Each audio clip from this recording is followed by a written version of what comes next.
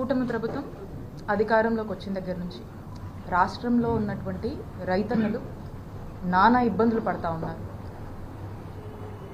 అప్పులు చేసుకోనో ఏదో ఇబ్బందులు పడి వాళ్ళకున్న స్తోమతలో ఏదో ఒక పంట వేసుకున్నటువంటి రైతు పరిస్థితి ఈ రాష్ట్రంలో ఈ రోజున ఎలా ఉందంటే అది ఇక ఎటూ కాలేక ఏమీ కాలేక ఈ ఇబ్బందులు పడలేక ఆత్మహత్యల వరకు కూడా దారి తీసేటువంటి పరిస్థితులు కూటమి ప్రభుత్వంలో ఏర్పడ్డటువంటి పరిస్థితులు ఈరోజు రాష్ట్రంలో నెలకొన్నాయని చెప్పి మనం చెప్పొచ్చు.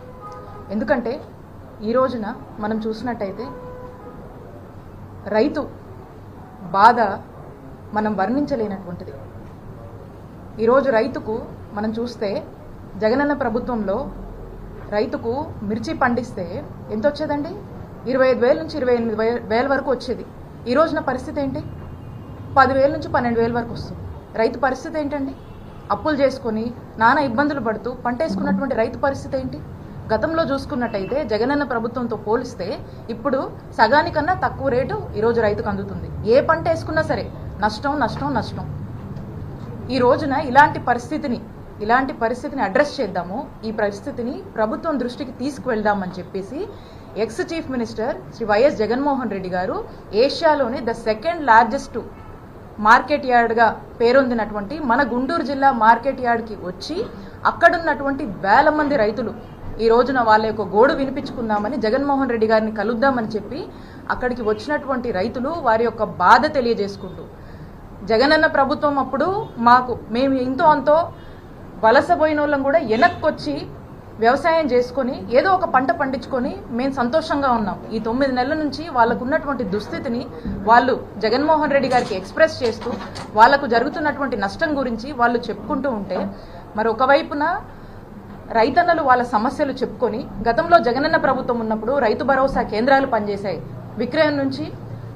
విత్తనం నుంచి విక్రయం వరకు కూడా మరి అలాంటి ఫెసిలిటీస్ ఒక సిస్టమ్ని తీసుకొచ్చి అవకాశాలు కల్పించి రైతుకు వాదోడుగా ఉన్నటువంటి జగనన్న ప్రభుత్వాన్ని కొనియాడుతూ ఈ రోజు ఉన్నటువంటి వాళ్ళ కన్నీటి గాథల్ని ఈరోజు జగన్మోహన్ రెడ్డి గారితో చెప్పుకుంటూ ఉంటే మరి ఈ కార్యక్రమాన్ని ముందుగానే ఇది ఒక ప్లాన్ చేసి ఈ కార్యక్రమం గురించి ఇక్కడ ఉన్నటువంటి ఆఫీసర్స్ అందరు నోటీసులు కూడా పెట్టి జగన్మోహన్ రెడ్డి గారు రైతులకు అండగా ఉండి వారి యొక్క బాధను ప్రభుత్వం దృష్టికి తీసుకువెళ్ళాలి, ప్రజలు సమస్యల్లో ఉంటే ఒక ప్రతిపక్ష నాయకుడిగా ఈరోజు జగన్మోహన్ రెడ్డి గారు గుంటూరుకు వస్తే ఏం జరిగిందండి చూస్తున్నారు మీరందరూ.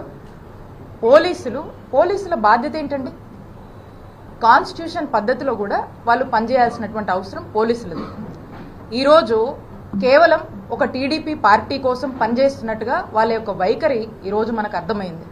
ఈ రోజున ఒక ఎక్స్ చీఫ్ మినిస్టరు దాదాపు 40% కన్నా ఓట్ షేర్ ఉండి ఒక అత్యంత ప్రజాదరణ కలిగినటువంటి నాయకుడు ఒక పెద్ద పార్టీని రిప్రజెంట్ చేస్తూ ఈ రోజున గుంటూరుకు వస్తే కనీసము వారి యొక్క Z+ కేటగిరీ సెక్యూరిటీ అంటే ఏదైతే ఒక ప్రైవేట్ సెక్యూరిటీ అతనికి సంబంధించినటువంటి ఒక ఫిజికల్ సెక్యూరిటీ ఏదైతే పోలీసులు మినిమం ఇవ్వాల్సినటువంటి అవసరం బాధ్యత ఉందో అది కూడా ఈరోజు ఇయ్యనటువంటి పరిస్థితి. అలాగే అసలు పోలీస్ కానీ సెక్యూరిటీ కానీ ఎందుకండి? ఎక్కడైనా జనం గుమిగూడితే వాళ్ళని ఒక పద్ధతిలో మెయింటైన్ చేయడానికి ఈ రోజున ఈ సెక్యూరిటీ అనేది అవసరం. లా అండ్ ఆర్డర్ కంట్రోల్లో ఉంచడానికి ఇవన్నీ కూడా మెయింటైన్ చేయడానికి అవసరం. ఒక విఐపీ ఈరోజు వచ్చినప్పుడు Z+ కేటగిరీకి సంబంధించినటువంటి సెక్యూరిటీ ఇవ్వాల్సినప్పుడు కనీసం అతని గురించి కానీ ఏదన్నా తొక్కిసలాటనో లేకపోతే ఏదైనా ఇంజురీ జరుగుతేనో లేదా సెక్యూరిటీ లేదని ఈరోజు మా లీడర్కి ఏదైనా హామ్ జరుగుంటే ఎవరిది రెస్పాన్సిబిలిటీ?